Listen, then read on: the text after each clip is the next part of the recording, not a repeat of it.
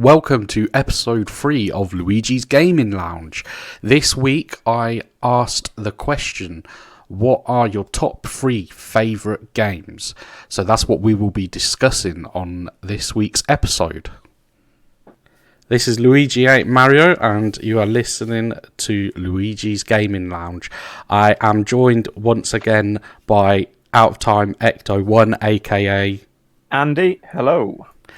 I am also joined by Trip Hazard, aka Barnaby, hello. And I am also joined by Commando Para, aka Yo, it's Tony. Yo, what up? What up, guys? What is it with your introductions? Every week you've got like this alter ego. I know. I await what comes out of his mouth to see what he's going to surprise us with. I don't want to. You don't know what I'm seeing, guys. I'm straight gangster, straight tripping. Yeah, that's it. Finger licking. Looking good. Right. Grease dripping. So, just so everyone that's listening knows, I posed the question to the group of what their 3 favourite games are and why. So, I gave them a little bit of time to think about it. So, it weren't just sort of on the spot like the question last week. So, we'll start off with you, Andy. Are you ready for this?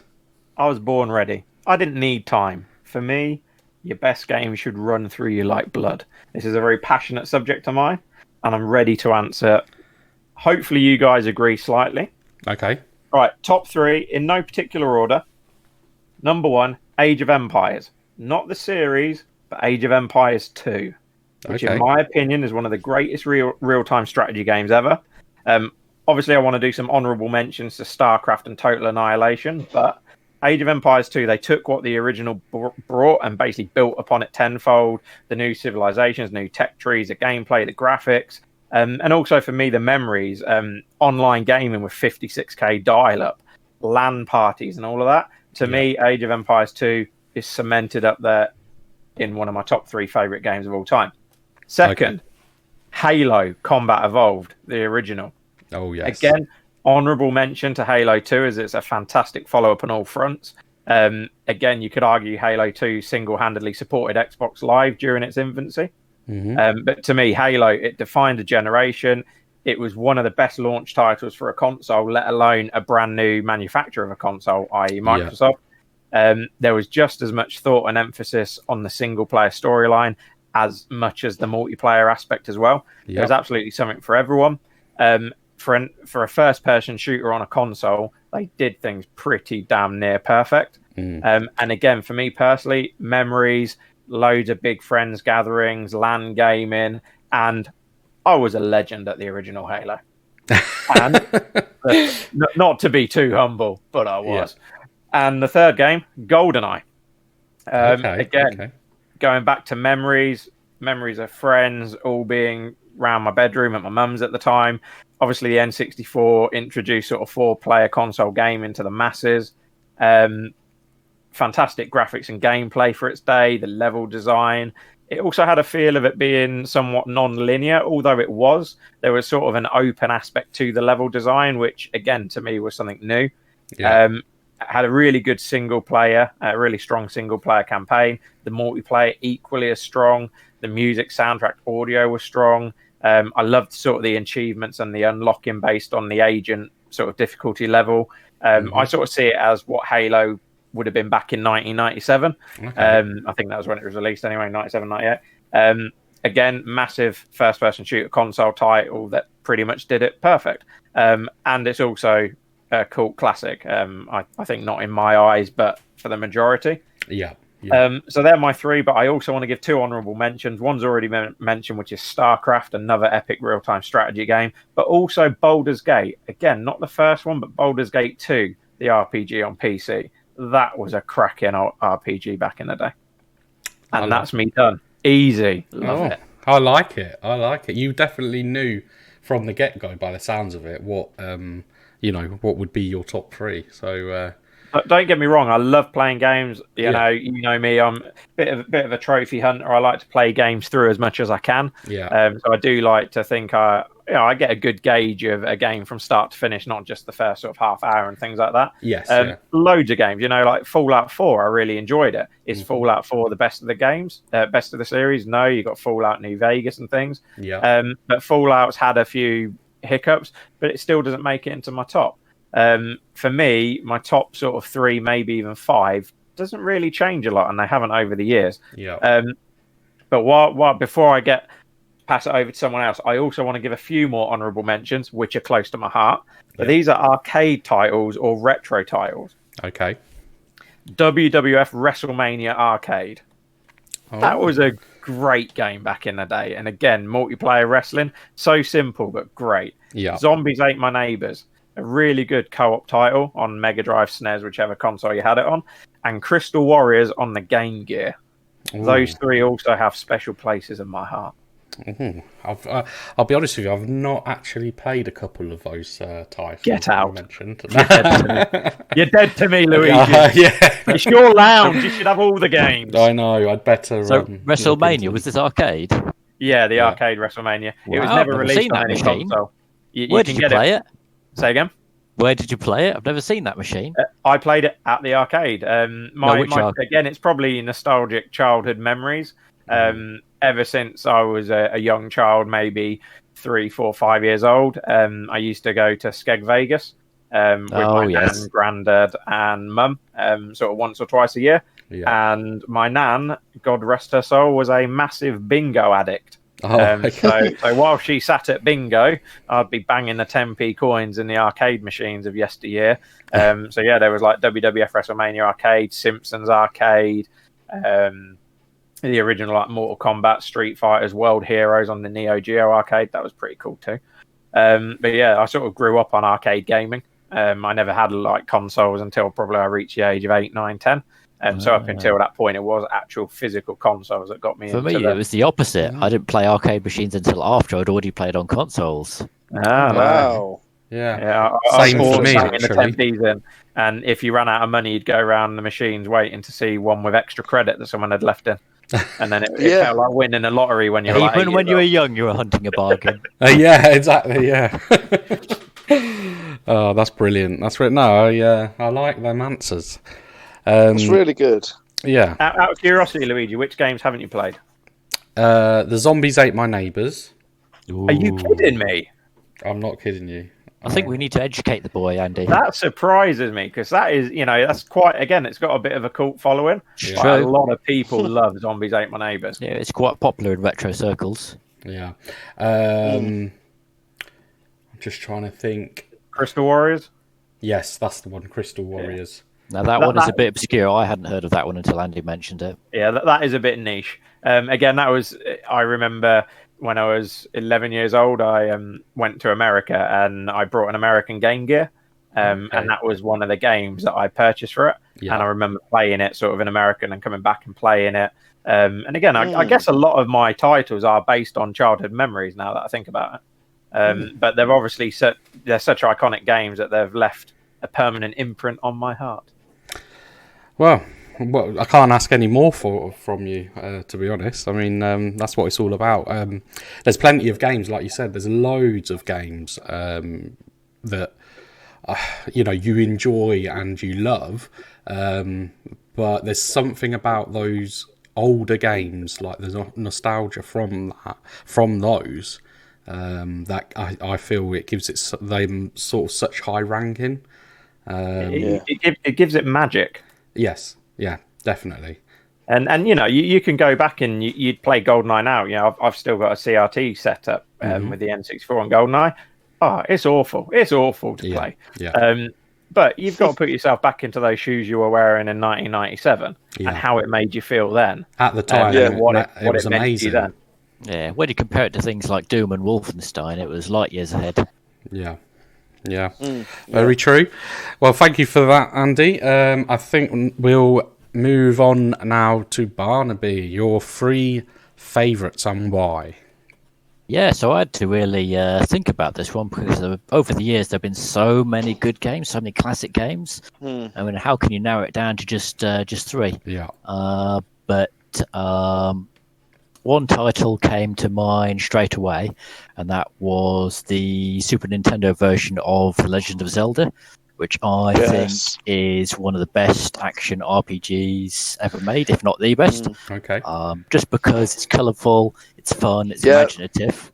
It's a long quest, although if you really put your mind to it, you can actually complete it in about 8 to 10 hours if you rush through it fairly quickly. Is that the same Zelda title that they do speed runs on, or is that a different Zelda title? They do speed runs on everything, so that doesn't really narrow down the field. Right. But I just love the sort of atmosphere as well, because even though it was a 2D game released fairly early in the Super Nintendo's life, I think they really squeeze the best graphics, the best sound, the best kind of feeling out of that game. And they didn't put too many extraneous stuff in there either. It was just like very pure and concentrated, but it still had a kind of proto open world feel to it. I mean, there was all the dungeons, which got probably most of the attention, but actually just wandering around the overworld, messing around, talking to NPCs, it was just good fun. Just kind of just exploring as well. That sense of exploring this magical land, that was amazing. So yeah, definitely for me, that's the best RPG. Okay. Out of curiosity, did you have to argue with yourself over that or Ocarina of Time, or was it a clear one? No, I don't actually like Ocarina of Time that much. So you're the minority in that camp. Yep, firmly probably. But yeah, definitely SNES Zelda is the best Zelda. Okay. Better than all the 2D ones, and to my mind, better than all the 3D ones. Right, okay.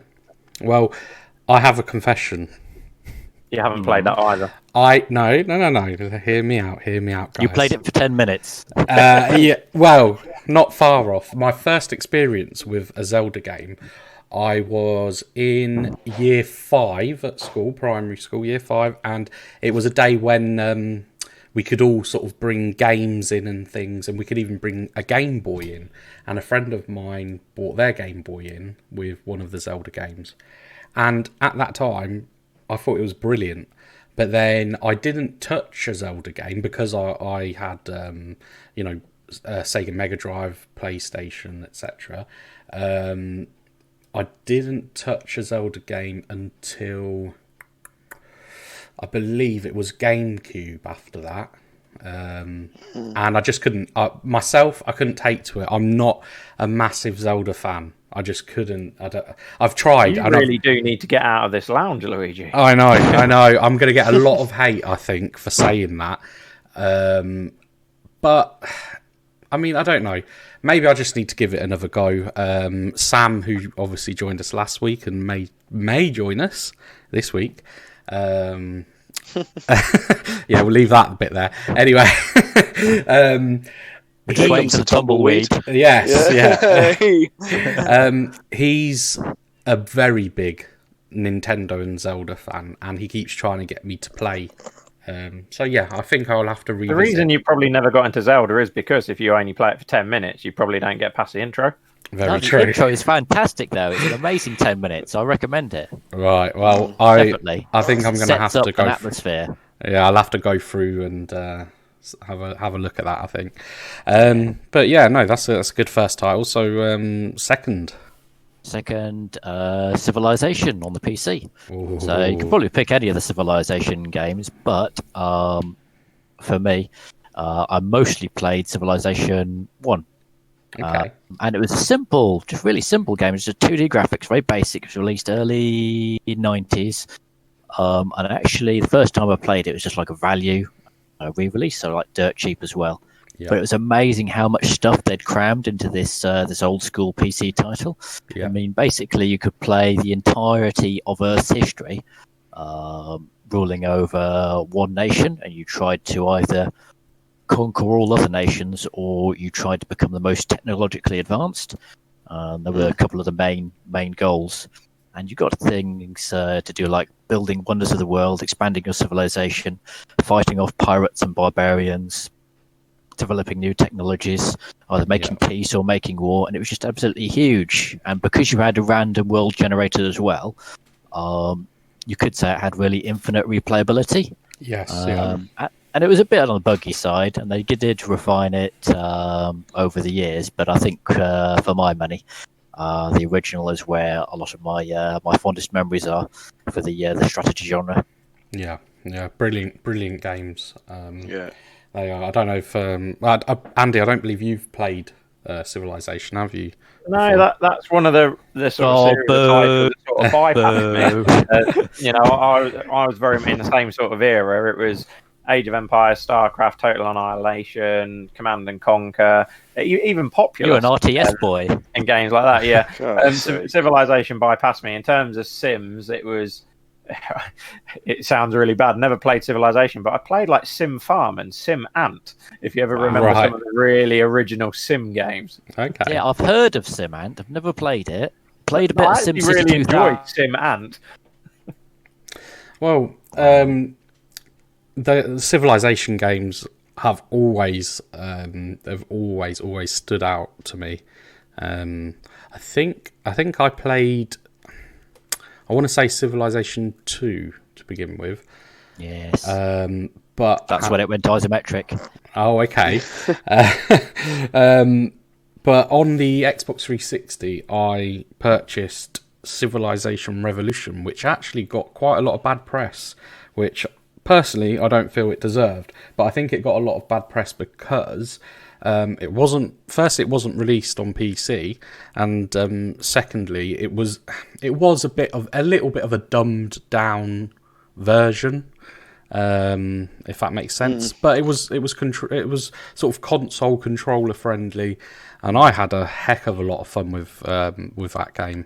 I could play that for hours. That's the main thing. Yeah, that's the main thing. I think you're right. It would have upset a lot of purists. Yeah, but that's not what it's about. If it was meant to be a hardcore Civ game, then it would have been released on PC. Yeah, exactly.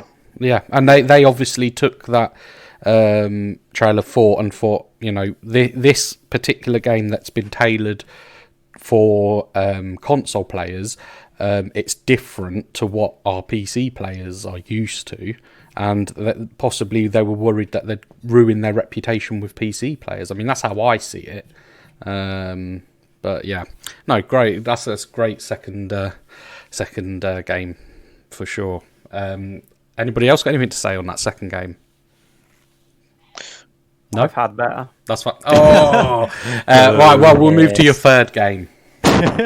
So third game, I thought I'd throw something a bit multiplayer and a bit fun in there. So I'm going to go for Mario Kart. So I loved Super Mario Kart when it came out on Super Nintendo. Yeah. And I've pretty much enjoyed all the Mario Kart games. I can't think of a single entry in the series that's had a duff release. Okay. And I think whichever one you go for, it's going to be a great laugh, either in single player, but it really shines when you get into the multiplayer side of it. And I think Mario Kart 8 probably refined it to the highest degree. A little bit overcomplicated in places, maybe. A little bit flashy, but it's definitely probably the funnest racing game you could ever play. And whether it's online or in person. Well, obviously in person is the best because then you get to like elbow people in the face when they like launch a blue shell. I thought you meant proper in person, like they do in Japan, where they actually get the go-karts on the street. Well, yeah, that would be the ultimate Mario Kart, wouldn't it? That would be epic. That would be amazing. I think we have to add that onto our bucket list. We could always make one here. Why not? Well, yeah, obviously Luigi's going to be Luigi. Yes. Which character are you going to pick, Andy? Which one's the biggest and fattest? Bowser? I'll be him. Probably Bowser, or for weight, maybe Metal Mario. I'm all muscle. Oh, that was a low blow. It was, wasn't it? I felt the pain from here. Yeah, I think there's not a person alive almost that hasn't at least heard of Mario Kart. I know it's a little bit of an over-exaggeration, but you know what I'm getting at there. I'm going to say you haven't spoken to my mum. But yeah, I mean, again, that's a game that I've played throughout the years and enjoyed, especially when it's been played multiplayer with friends. So yeah, that's What's your favourite edition? What's your favourite edition of the game? 8 or a previous one? I would say, I'm trying to think which one I enjoyed the most. I've got to say, I enjoyed the most. I think, is it 7 on the Wii? No, it's just Mario Kart Wii, isn't it? Pass. I'm not sure, but After so many games, I lose track. Yeah, I mean, I really enjoyed the one on the GameCube. I thought that was really good. Double dash. Yeah, I really enjoyed that was that. fun. That was fun. Yeah, because essentially you had 2 characters on each cart. Yeah, and they gave them the racers different abilities. I mean, it's really hard to put your finger on because as well, I was a bit late to the Super Nintendo party. By that time, I think I already had a PS2, but I still, wanted to play these old games. Well, they were classed as old, obviously.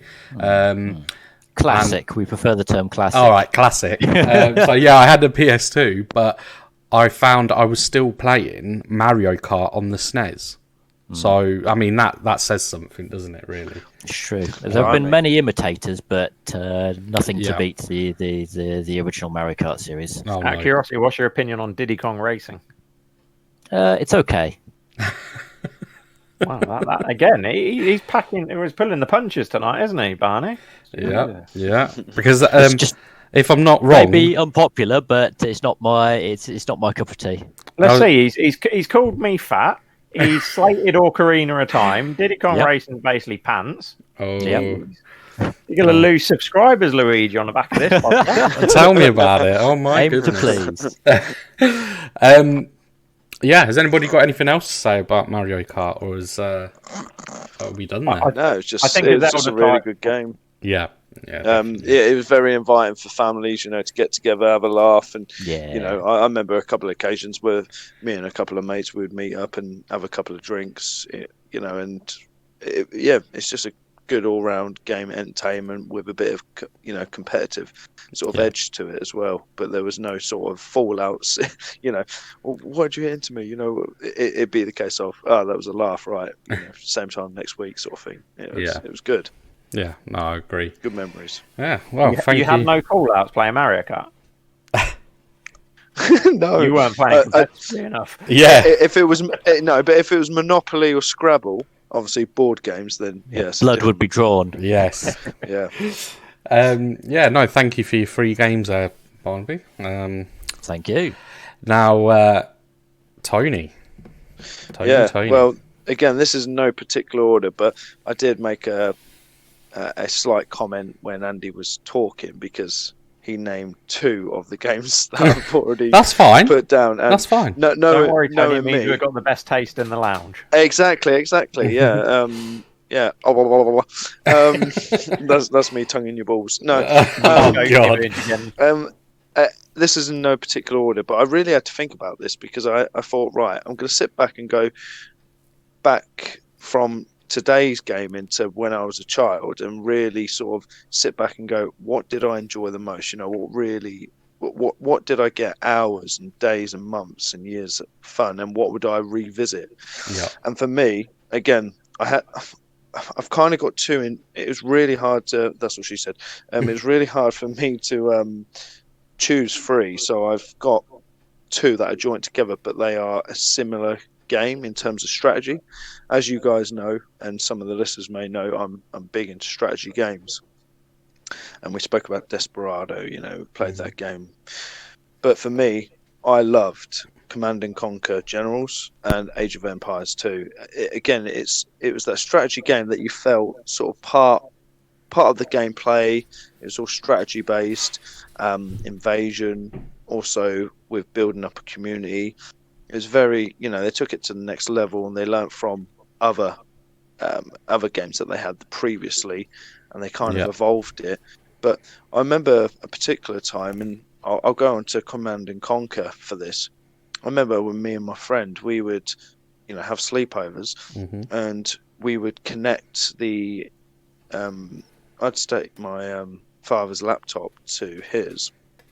Yeah, and we'd take the game, and he would have his computer, and I'd sit in the kitchen, he would sit in the so it was like the hallway, like underneath the stairs. It was like a sort of office area, utilize that space underneath the stairs. Yeah, and we'd play Command and Conquer against each other, and it was brilliant.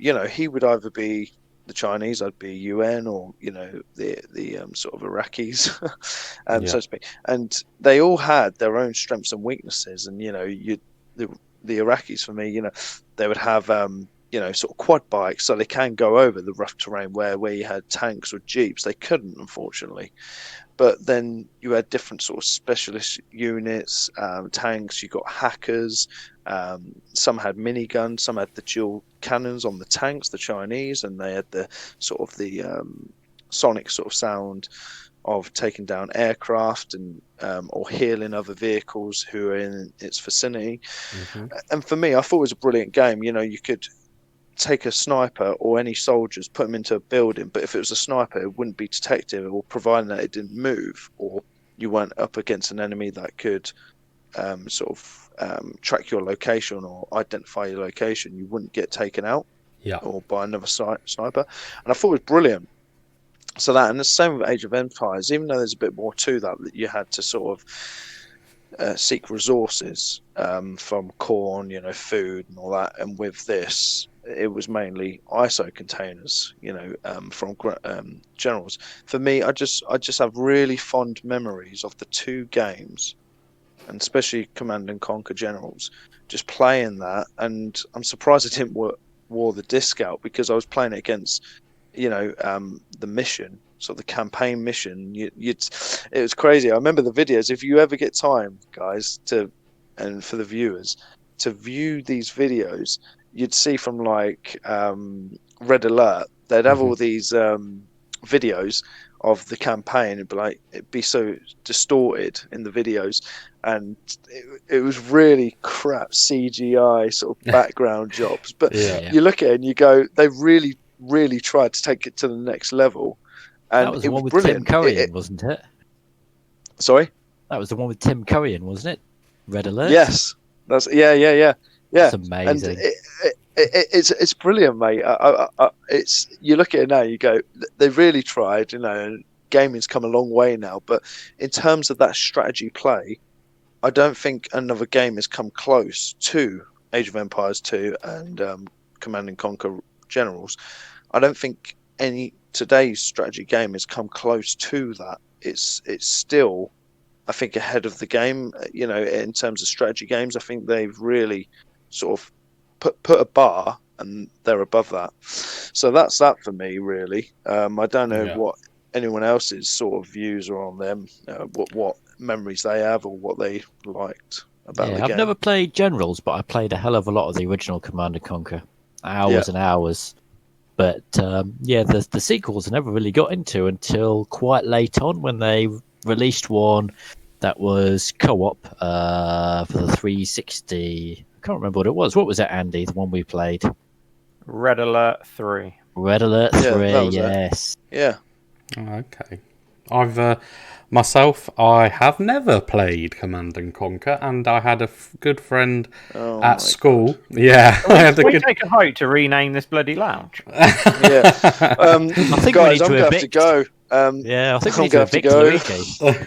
That's mad. No, well, I had a good friend at secondary school who absolutely lived on Command and Conquer and spent probably many hours it was in total trying to convince me to play it. And it's just, I think at that time, was Civ 2 out then?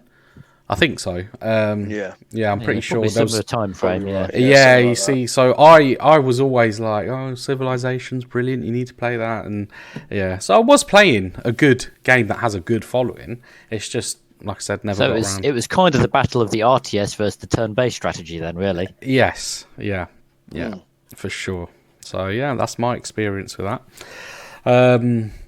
Or lack of experience. Sorry?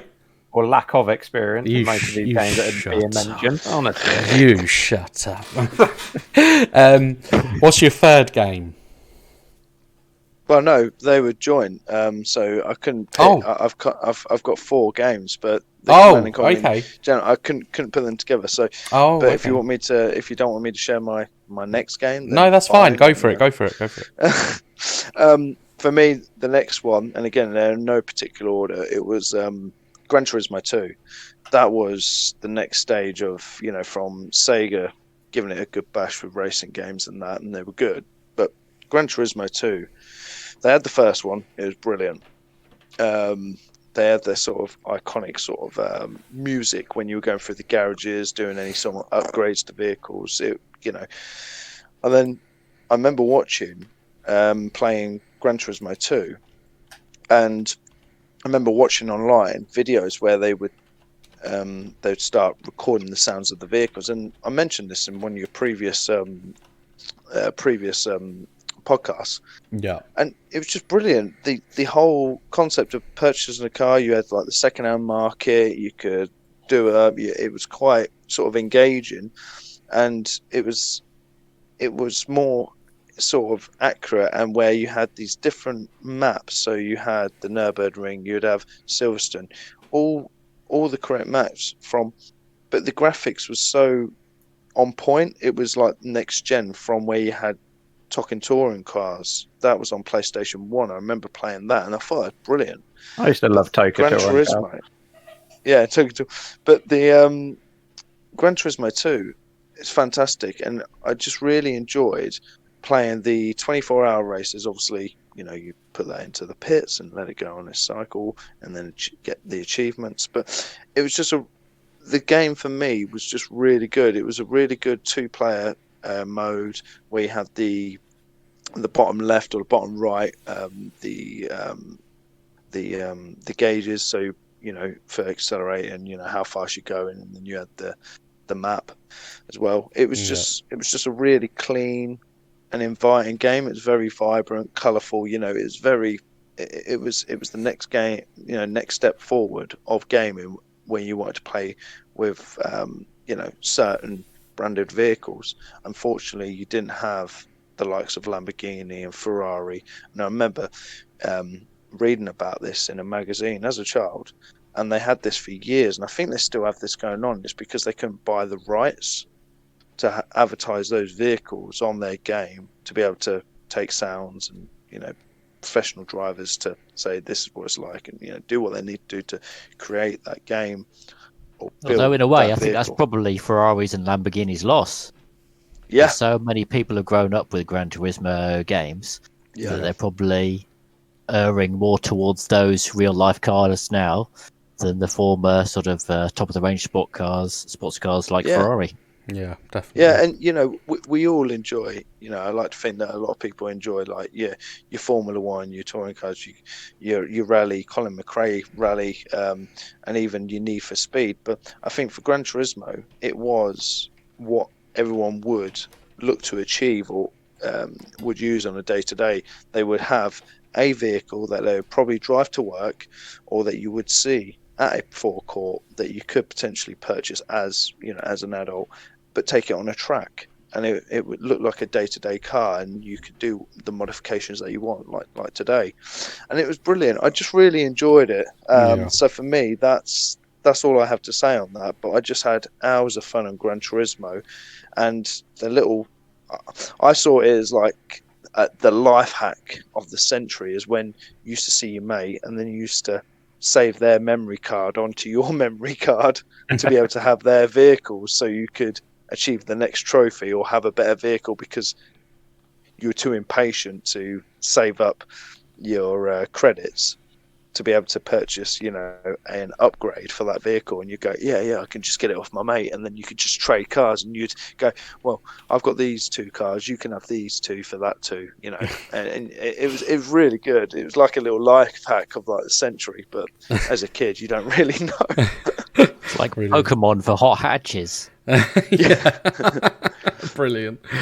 Yeah, no, it's a great series. There's a feature, I'm not sure if it's in all of them. I presume it's not in the first one, but I like the fact that you can actually purchase vehicles secondhand, so to speak. I think my first experience of that was with Gran Turismo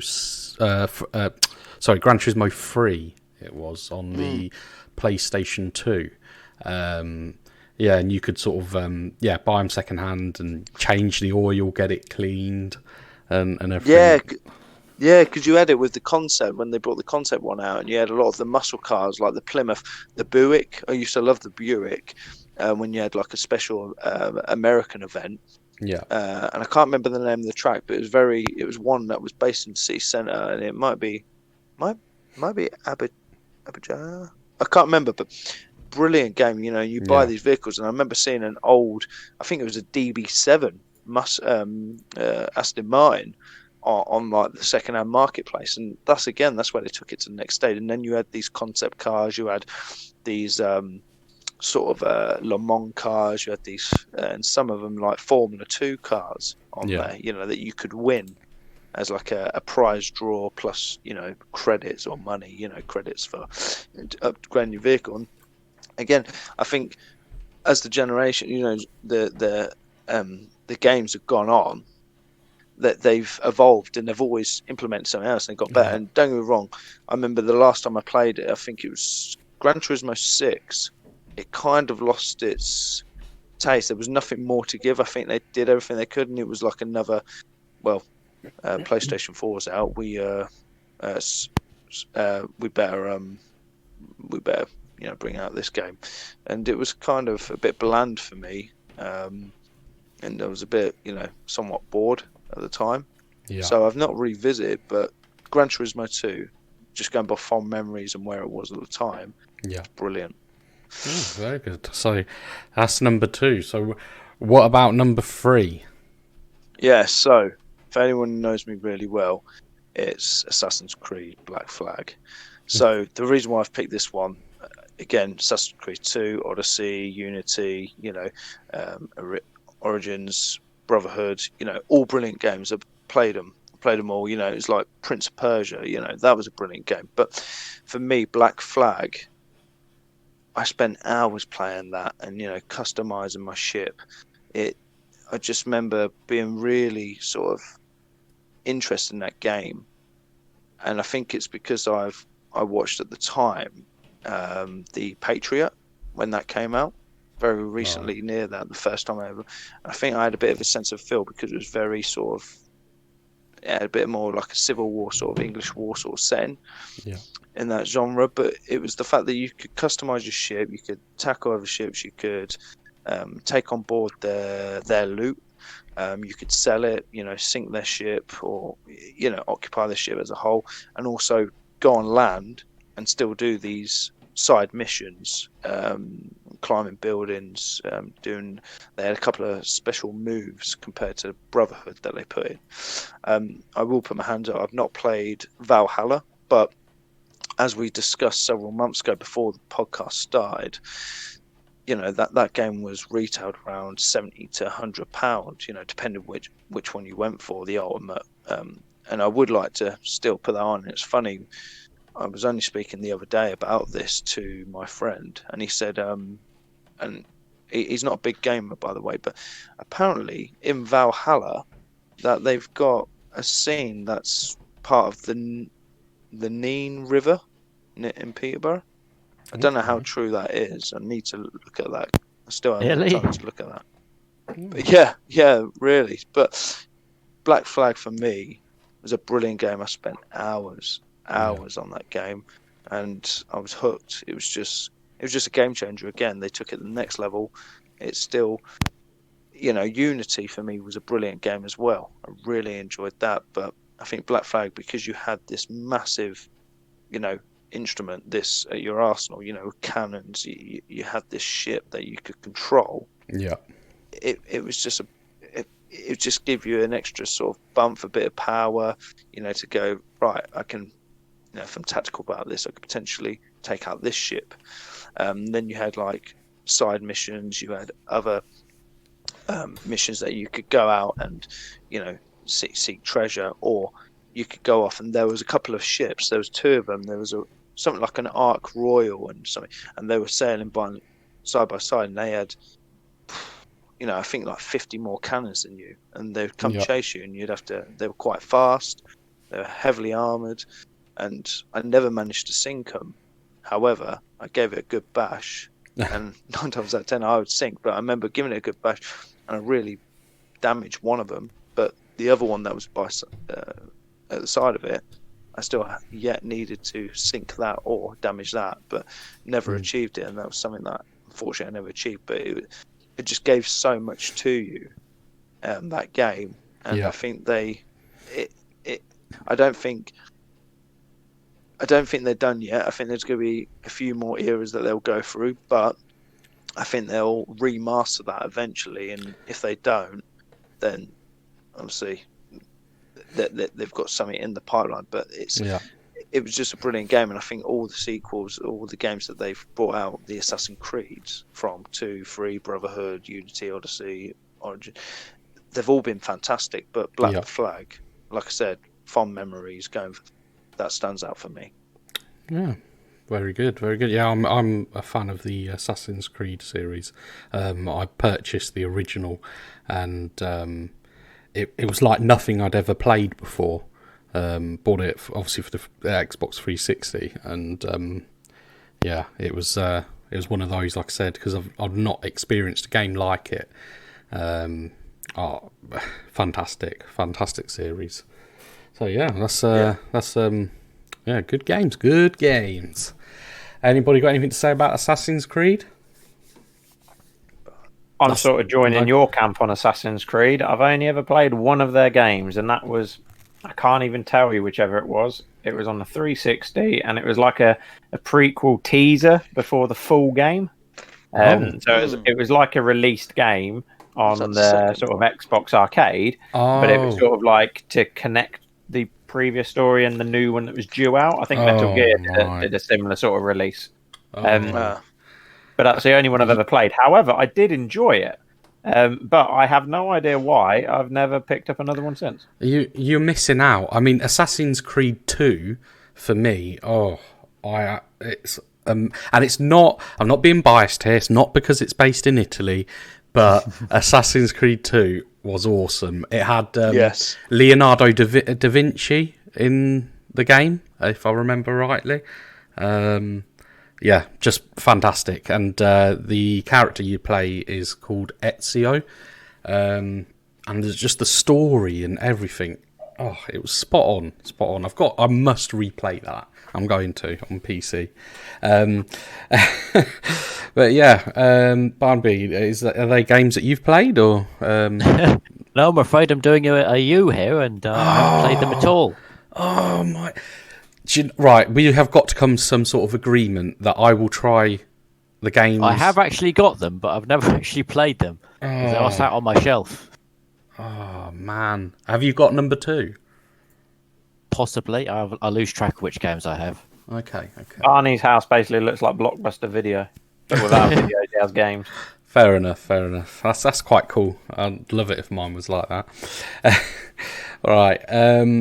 Except when you want to find something. Well, yeah, there is that. Right. Well, my list now. My 3. Drum roll, please. Oh. Right. This is in no particular order. So,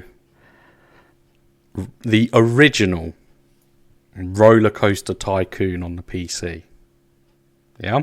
Now, again, that's a sore subject, because if you go an original, is it not theme park? No. Okay. No. I tried theme park. I wasn't a fan. Roller Coaster Tycoon it was for me. On the PC, my goodness, I spent hours upon hours on that game.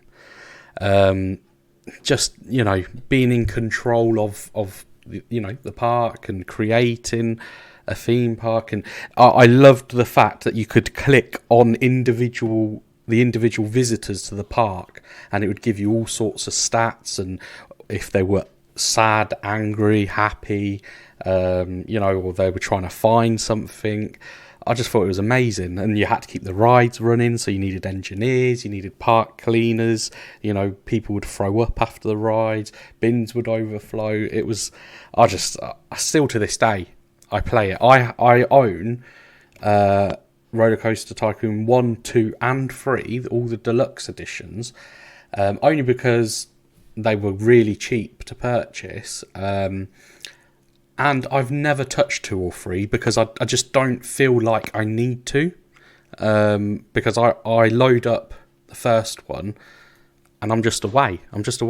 Off you go. And, for a game to give you that much playability, I mean, I was playing Roller Coaster Tycoon back when I was in primary school on PC. And I'm now almost 30 years old. So if a game can still keep me hooked, and I'm able to play it now like I did back when I was in primary school, I feel it deserves a top spot for me. And I'm glad to see that all of us have chosen games, not just modern games, but games from our past, our childhoods, as well. Because I think it's not just about the game itself, but it's also about the memories attached to the game. Yes, definitely. I mean, have any of you guys played Roller Coaster Tycoon at all? I played it a couple of times around yours, mate. And yeah, again, fond memories. Just when you had the money and the credits, you could install new rides. Yeah. But it was just entertaining when you had kids or adults coming off the rides and being sick. Yeah. even though you'd have to get the cleaners. That's part of the attraction, surely. Yeah. Exactly. Do you want that on a keyring? But yeah, brilliant game. I remember playing it at yours a couple of times, mate. Yeah. Well, that's one of my three, and I've explained obviously why. But second game for me is, now this, you might judge me here, but it is I had it on the Sega Mega Drive, EA Hockey.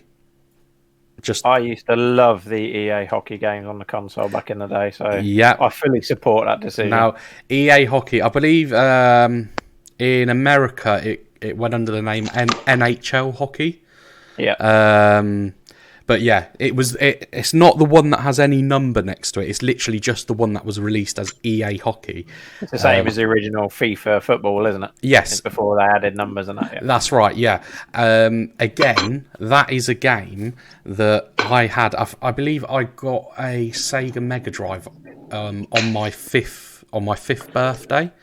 And that's a game that I played continuously. Again, that game I still play to this day. I play it on my phone. I play it on my Nvidia Shield. I play it on my PC. And you have a Shield? Yes, I have two. Oh, another burn for Barney. Why is that? No, I was just surprised. I didn't know anybody who had a Shield, that's all. Oh, at least his PC with you. Oh, really? Not with me. I'm confused. I love you too, Andy. Hang on. What's happening here? I'm confused. He's basically saying, "Why have you got an Nvidia Shield?" No, it's just an obscure thing to have. No. It's its pride of place next to his CDI and 3DO. If Nvidia Shield, if you know what you're doing with them, they are amazing. I can. Like a woman. I can. My emulator. I can sit in my living room, or I can sit upstairs in my bedroom, where my Nvidia Shield are, and because I have an Nvidia graphics card, I can pick up my Nvidia gamepad and play a game direct off of my PC in anywhere around the house.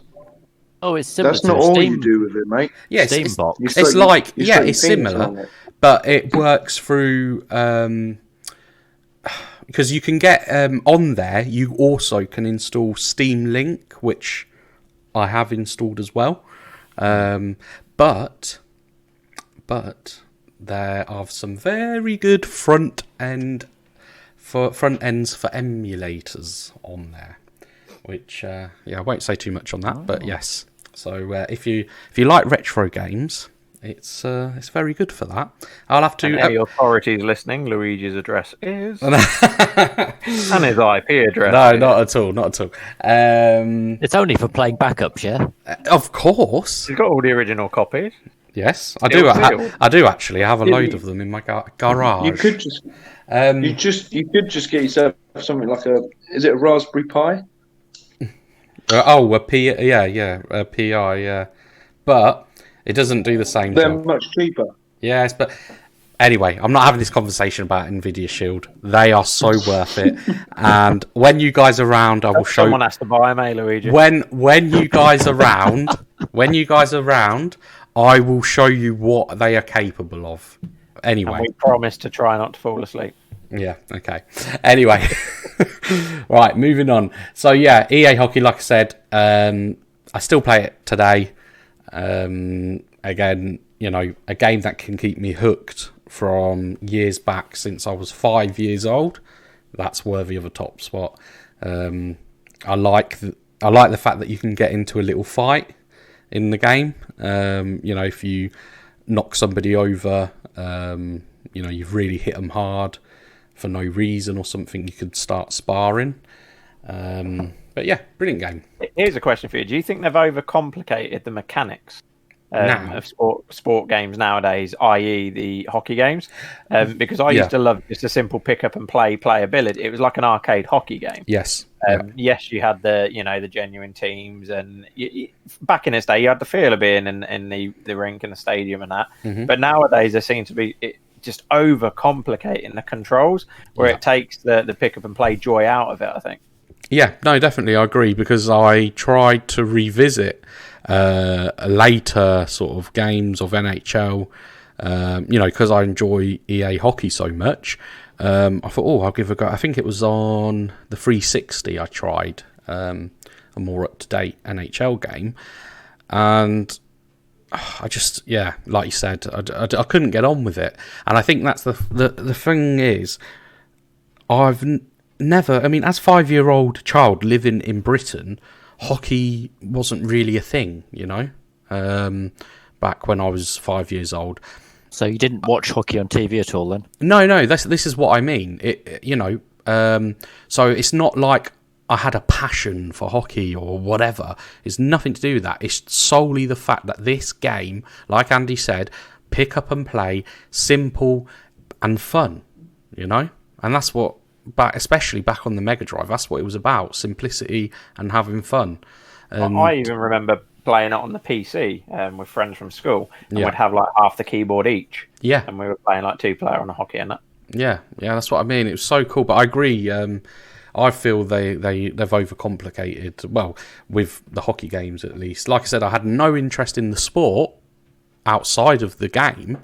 So yeah, again, it's worth it. It's worth one of the top spots, I feel, on that. So last game for me, which is a more of a modern game, is Battlefield 1, meaning the one set in World War One. I see. I think that was released 2016, if I'm not wrong. I love the multiplayer, brilliant. But for me, the reason it's in the top spot, the Italian army, is no, not to do, just the whole campaign, all of it. The way I remember starting that game up, and it sort of gets you straight into that action where you're, you're loaded up into this soldier, and it states, it's supposed to be the war that to end all wars. It ended nothing. Basically the next part, like, you're not supposed to survive it, and I don't know, it just drew me in, and I really felt, I felt what I believe the developers were trying to make you feel. Like, you felt attached to this. It wasn't just any old person, like in some games, like the person on there dies and you're like, oh, whatever. Like, I felt attached immediately to this guy, and I wanted. This touches on a bit what Tony brought up. I think was it in episode 1. Yeah, I was just the emotional connection between.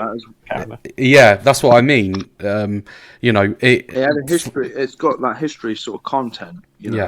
Added to the gameplay. Yeah, definitely. And for me, it just it had me hooked immediately. I feel if you're a fairly, I don't think you have to be an emotional person to be connected with these sort of storylines.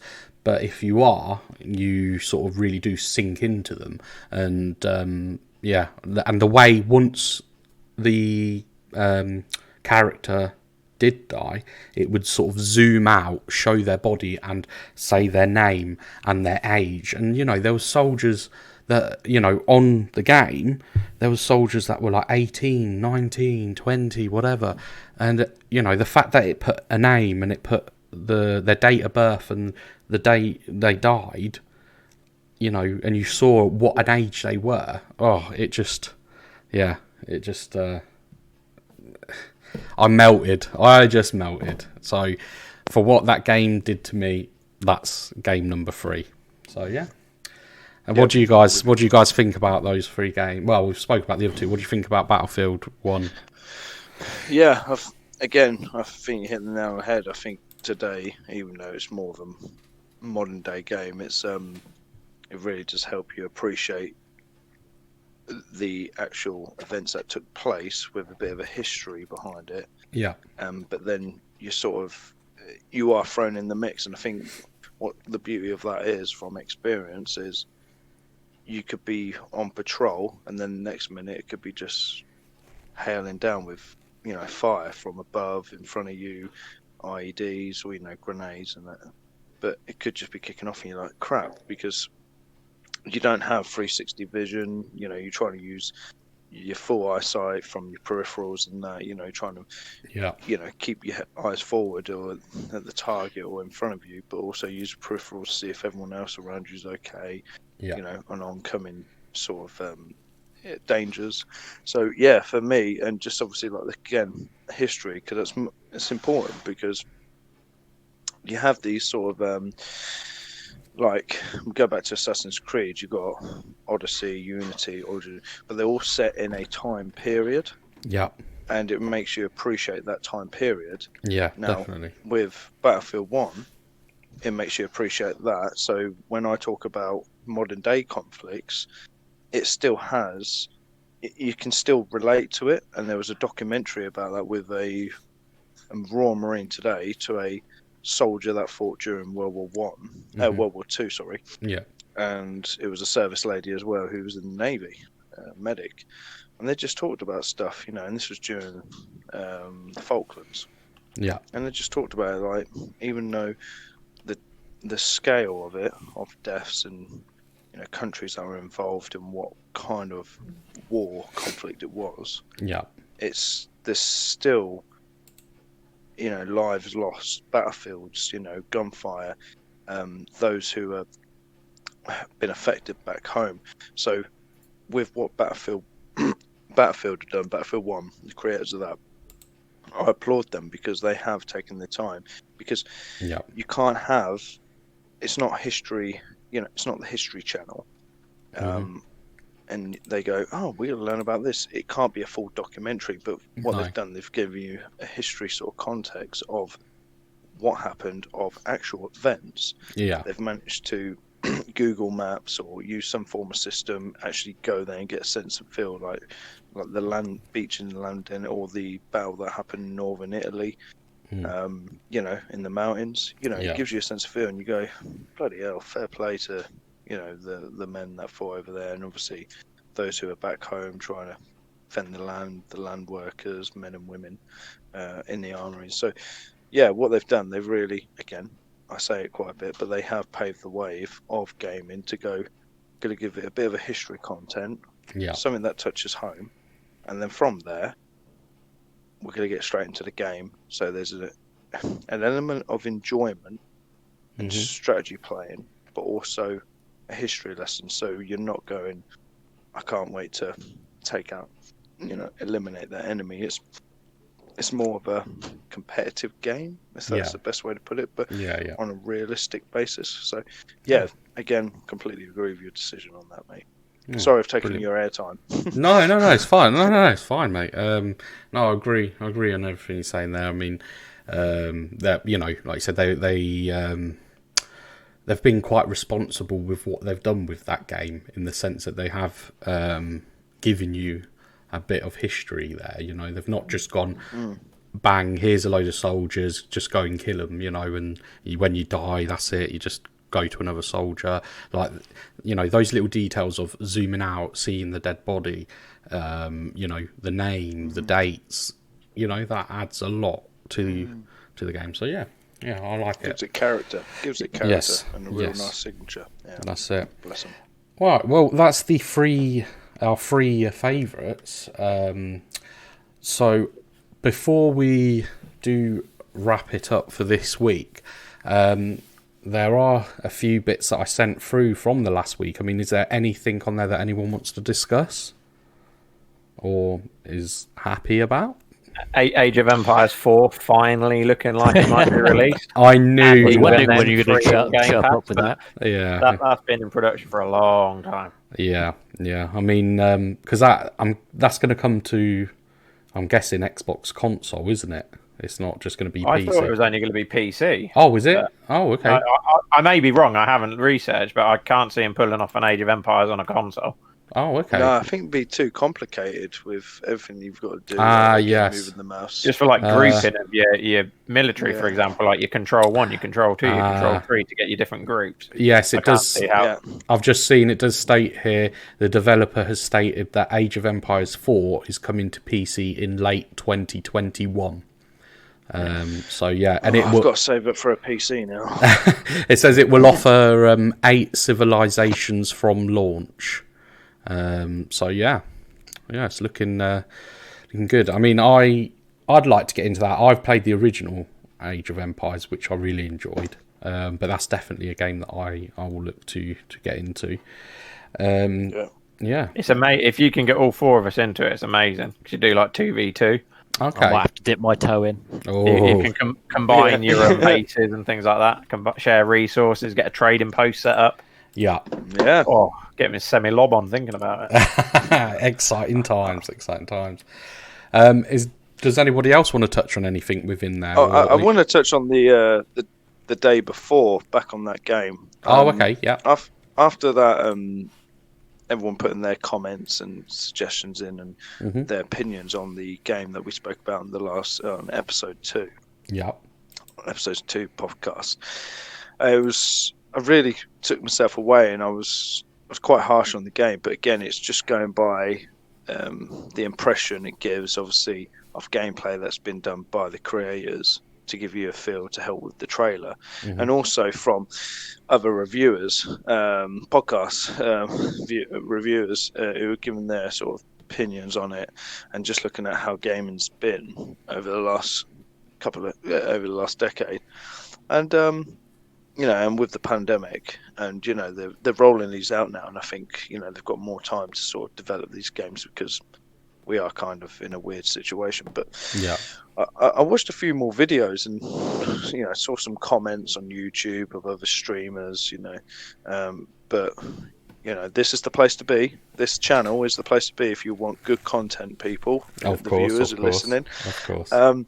But no, I was seeing that, and it was quite some interesting sort of comments, and I was looking at gameplay, and I think it's going to be a really good game. If it's not,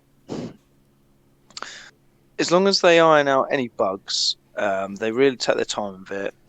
They put a realistic date, Yeah. and if the gameplay is as it's seen on the trailers and the gameplay that they've put out, I think this could be a really good game, and I think it would be one of those games that people play. It'll have a shelf life as of GTA 5. Look how well that's doing. Even especially now it's on the Game Pass. It's it's probably increased with new players. With people who are playing it again. Starting from scratch and going, right, I'm going to do this. I'm going to do this a bit different. I'm going to, and you sort of get zoned in the story. But I think from the tactics and where they've gone with it, you see parts of the videos where you've got to repair your vehicle. You've got to be very tactical. There's bunkers. There's other people who set traps with fire alarms, or burglar alarms, sorry. And you get a horde of zombies, but yet then they come out and then they come to investigate, to kind of, see what's going on, because you're in a sort of a community. And if it is how it's displayed, I think this would be a really good game, and I think it's going to have a really good shelf life. Yeah. And I don't say that for the couple of thousand who are going to play over the next couple of years. I think this would be on the scale of nearly Grand Theft Auto sort of scale. Yeah, I mean, if they five, pull it off right, you could well be right. I mean, yeah, it so does look very promising. Yeah, and again, I was skeptical, but again, it does look promising, and I think when looking at the videos for was it Days Gone? Days Gone? Yeah. That looked really promising. However, I can't comment on the game because I never played it, but from discussions we had and with other people, it wasn't as great as it came off from the videos. I'm just going to jump in there a moment because I think the general census there is that, like they are, developers and just the gaming community in general does overhype game.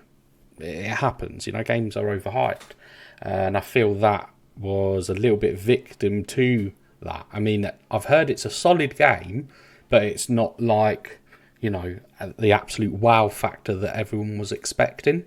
However, I don't know if you've seen, but supposedly Days Gone 2 was put forward to be, made, and it's been rejected. Right. Yeah, it's been rejected. But supposedly the developers have come out and said that basically Days Gone 2, they were looking at implementing co-op play, which I feel would, anything you can play co-op at the end of the day, it instantly with a lot of people, gets put up there with games they want to play because you can play it with a friend or several friends, So I hope we see something come from that. And again, we can relate to that. When we played like Kane and Lynch, that was the very first co-op play that we had together. Yeah. When we did a Way Out recently, like several months ago, that was brilliant. And and we played State of Decay 2. And again, State of Decay 2, a brilliant game, but it is very repetitive if you play on your own.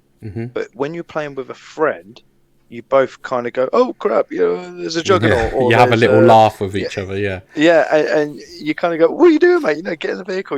There's a horde coming towards you. It's or plague. And it turns into a different game when you play. With State of Decay 2, that has a shelf life, and it's not one that's gonna. It's starting to come to its end of its shelf life, even though they've talked about State of Decay 3. There's not been much news about that recently, and I don't know if it's because of these they've got, and I put it in layman's terms, really competitor games of zombie sort of apocalyptic sort of games are coming out like the day before. I don't know if they're having to go back to the drawing board and rewrite a few things on the script, how they want it to play, side mission skirmishes, I personally think, now I've thought about it, and I was quite harsh and opinionated about that game from previous other games, and it's not fair to tarnish, someone or a game or particular thing with the same brush as other games with different developers. I think the day before may be probably one of the best apocalyptic sort of games that will come out, and I think it'll have a very wealthy shelf life, and like they've done with GTA 5, and they've announced obviously about GTA 6, but with GTA 5, I remember when that came out when I was in the forces, I think, and again, just bear with me when I say this, I think that was 2013. I'm guessing here, because I remember one of the guys took 8 days annual leave just to play it solid, and he completed it. I'm not joking at all. And obviously we were working, but he took loads of annual leave to play, and within, I think it's like 6 days, but he was doing like 20-hour days gameplay and then playing it again, just in his sort of in his room in camp playing it. But look at GTA 5, it's still going strong. It's still a great game. People are back on it now that it's been introduced to the Game Pass, which I think is a very smart move of Microsoft.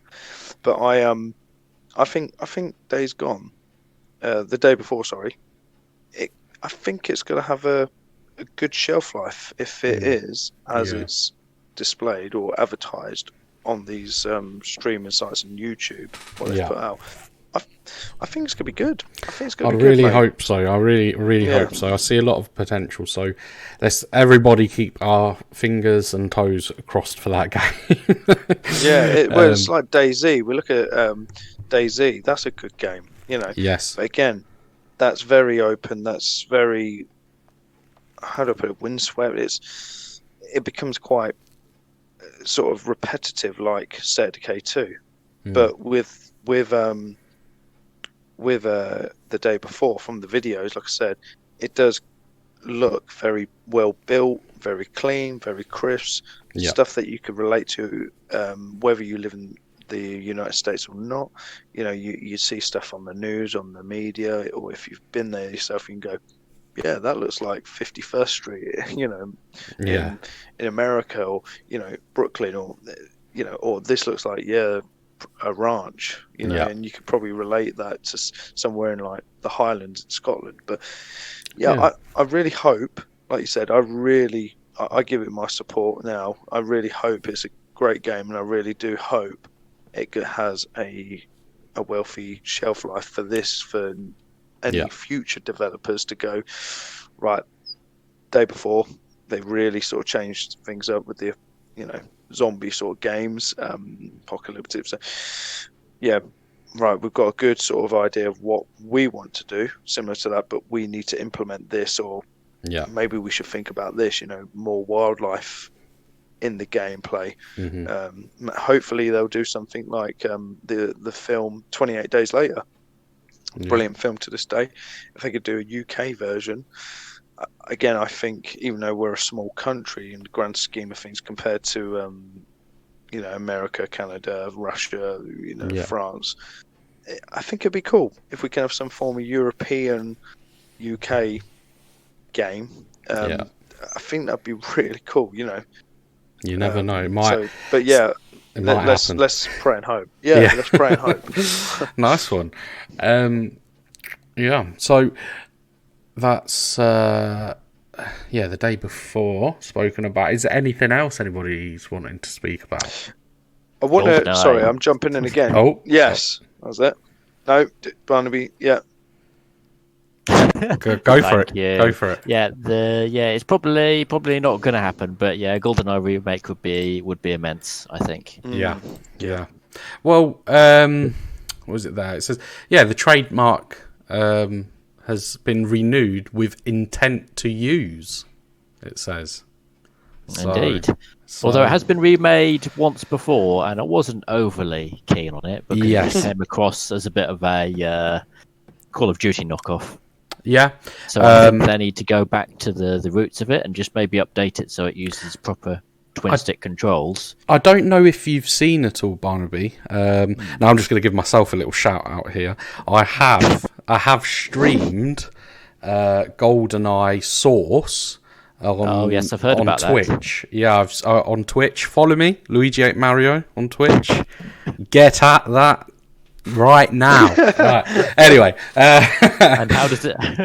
Okay, advert over. How does it play? Yeah, advert over. It plays genuinely. It plays really well. Like they've obviously the graphics have been upped, but when you're playing the game, you still feel the GoldenEye vibe, like the controls and. So they got the physics right. Yes, the physics are spot on. Now, because it's not sort of a mainstream sort of game build, whatever you want to call it, the player fan base, game, isn't it? Sorry, it's a fan game, essentially. Yes, that's right. So the player base is up and down. You sort of sometimes you're lucky and you get into a good server, and sometimes you can hardly get a game out of it. If they could literally take something like that on and make that mainstream, I'm telling you now, it would go wild. It could happen. It's unlikely, but it could happen because essentially Portal started out as a university student project. Right. I think it was made by one or two people, and then Valve took it up, and it was probably the second most famous Valve game after Half-Life now, isn't it? Oh, okay. Wow. Oh, yeah. I mean, again, hopefully something gets done.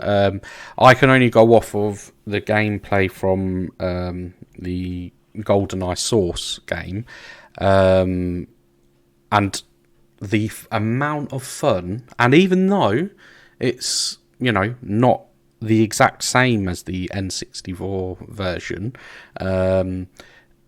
it still gives you that nostalgia. Like it's just so good. It's just so good. They need to do something with.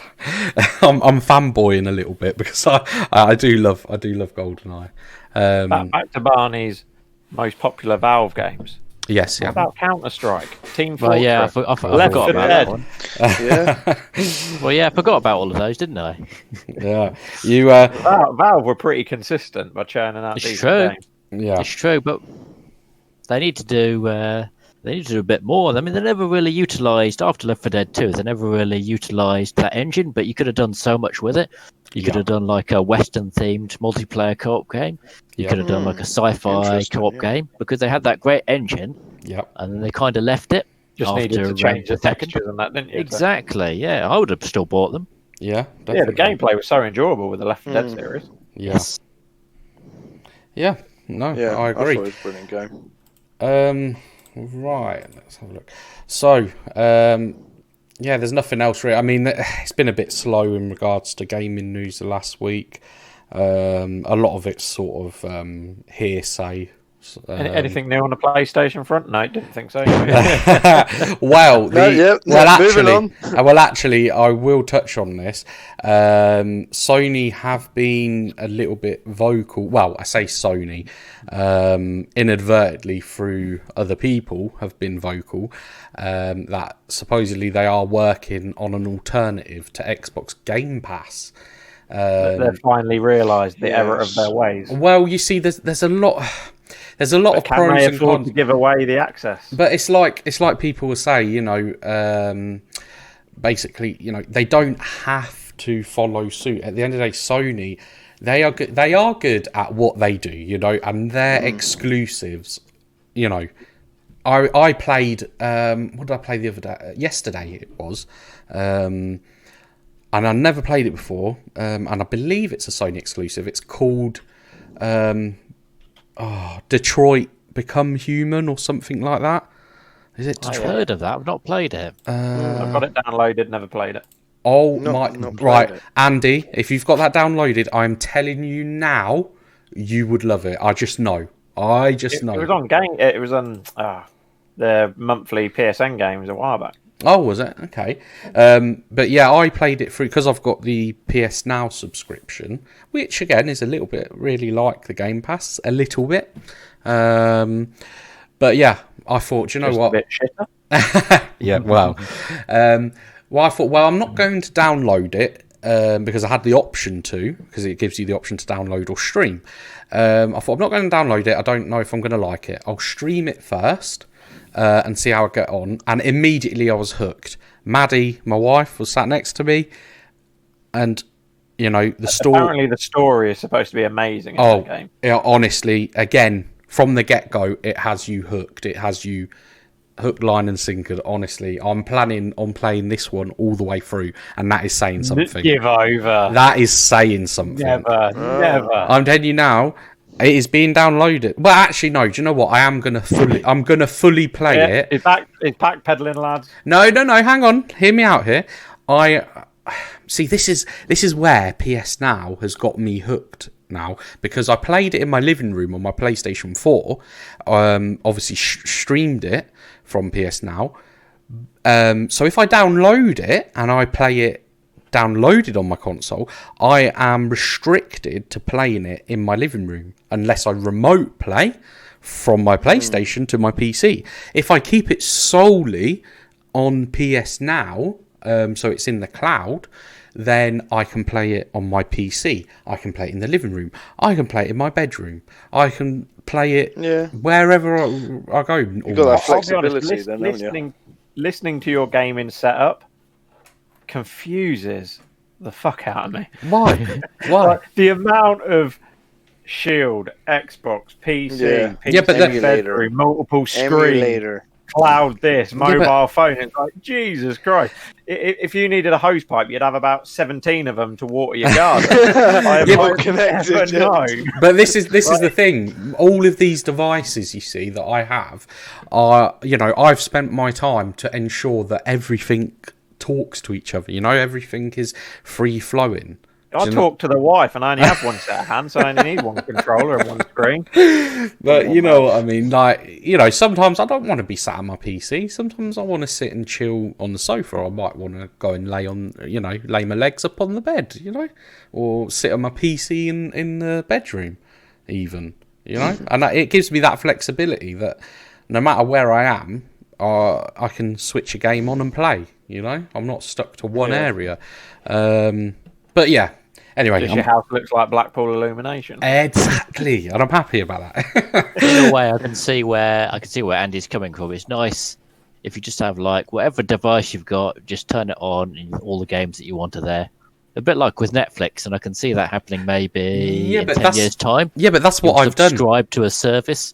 But Barney, that's what I've done. Buy a console. Yeah, but Barney, see, this is where you see. I think you're confusing. Yeah, that's what you've done, though. That's what I'm saying. You should hire yourself out to like do that for everyone. But that's what I've done, you see. So, I can pretty much play any of my games anywhere I go. Which, for me, you know, it's brilliant because I can be a bit sporadic and think, oh, I'll have a gaming session now, or I'll have half an hour here, half an hour there, whatever. And if I don't want to leave my bedroom and I want to stay there, I'll play it there. You know, if I want to go in. You've got to be the most connected gamer alive. Well, Like, I actually enjoy the disconnect from screens occasionally. well, I enjoy the fact that you can turn off. And well, don't get me wrong. I don't have a screen or a gaming screen on 24/7. That's not the point of it. The point is a bit like, I suppose, any sort of, like you say, any sort of subscription service, let's say, that you know, what are you paying for? You're paying for the fact that if you want to, you can do that. You can watch that. You can play that or whatever. You know, for me, that's what it's about. The convenience of it all. That's right, yeah. So that's why I do that, because you know, how my mind works, I think, oh, if I could do this and do that, and you know, and I do it, and I'm happy, and I'll use it, you know. So yeah. Anyway, where do you play your 3DO titles? Nowhere. I don't play them. Oh, I used to love my 3DO console. What was your favourite game? Alive, But what was your favourite game on 3DO then? This is really bad. It was Demolition Man, and it was a full motion video game, and it was shit. But that was your favourite game? I had it as a child. Everyone else, I can't even remember what consoles were out at the time. I think it was maybe mid 90s, a little bit after, maybe late 90s. About the same time as the PS1, wasn't it? Or maybe just before. Around that. And you know, my friends all had the main Mega consoles. CD, probably Mega CD, I think. See, Mega CD, I love that. And you know my favourite game on the Mega CD. There were some kick-ass games on Mega CD. Can you take a punt at my favourite game, Barney? Snatcher. Yes. Awesome game. Although it does also have the best version of Final Fight as well. Better than It does. Final Fight is very good on Mega CD. That is a good game. And if anyone wants to pick up Snatcher, it's only about 500 quid on eBay, so it's a good price. I've already got a copy, thanks. Oh, have you? Nice. Right, okay. Well, yeah, that's been a good episode, I feel. A lot of different opinions and...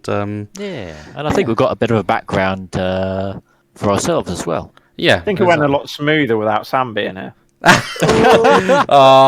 Sam made... Sam, maybe Sam has something to say about that. Yeah. Sam, would you like to...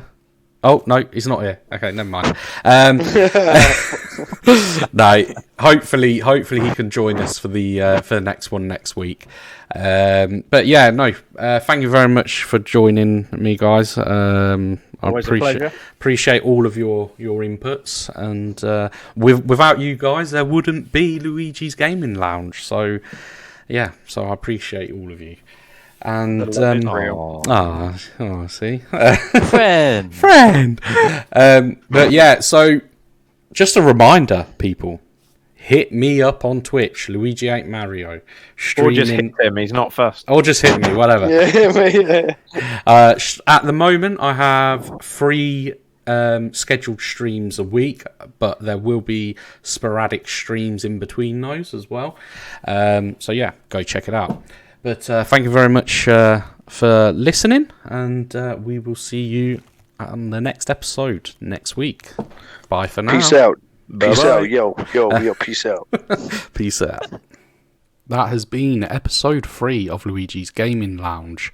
I do hope you've enjoyed what you've listened to, and hope to see you back here next week.